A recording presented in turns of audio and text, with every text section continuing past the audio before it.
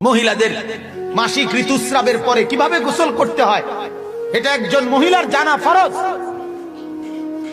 ফরজ মিয়া, হাজারো মহিলা এটা জানে না। মেট্রিক পাস করছে আর কি, ইন্টারমিডিয়েট পাস করছে, জানে শুধু মোবাইলে অথবা টেলিভিশনের রিমোট কন্ট্রোল টিপতে আর টেলিভিশন চাইতে, এই ছাড়া আর কিচ্ছু জানে না। জানে কিভাবে পাউডার ক্ষয় করব আর ফেয়ার এন্ড লাভলি ক্ষয় করব, জানে শুধু এইটা।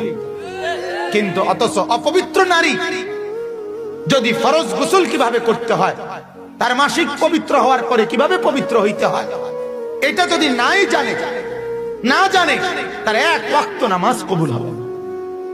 তাহলে বিষয়টা তো আপনার কাছে মনে হইতে পারে হুজুর ইডিও বুঝি কথা। হ্যাঁ, এগুলো জানানো দরকার। আল্লাহ রাসূল সাল্লাল্লাহু আলাইহি সাল্লাম নবীজি ঢিলা কয়টা ব্যবহার করবে নবীজি নিজে সেটা বলছেন। বাথরুমে বৈশা ডান পায়ের উপরে ভর বেশি দিবে না বাম পায়ের উপরে একটু ভর বেশি দিতে হবে, এটা আল্লাহর নবী বলে দিছে। ঢিলা টয়লেট পেপার সামনের দিক থেকে পিছনে নিবে না পিছন দিক থেকে সামনে আনবে, এটা আল্লাহ রাসূলের হাদিস থেকে নবী বলে দিছে, উম্মতকে শিখায় দিছে। আজ উম্মত এই পরিমাণ গাফেল।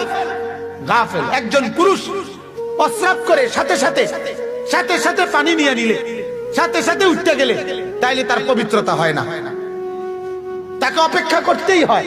কিন্তু এটা জানে না, কথা বলেন, এটা জানে? এত খবরই নাই। পেশাব করতে হয়তো বেশিতে বেশি পানি লইছে, কিন্তু পানি লইতে হইলেও তাকে কি করতে হয়? ঢিলা নিয়া টয়লেট পেপারে নিয়ে একটু সময় কি করতে হয়? অপেক্ষা করতে হয়। সে তো এই সময় নেই।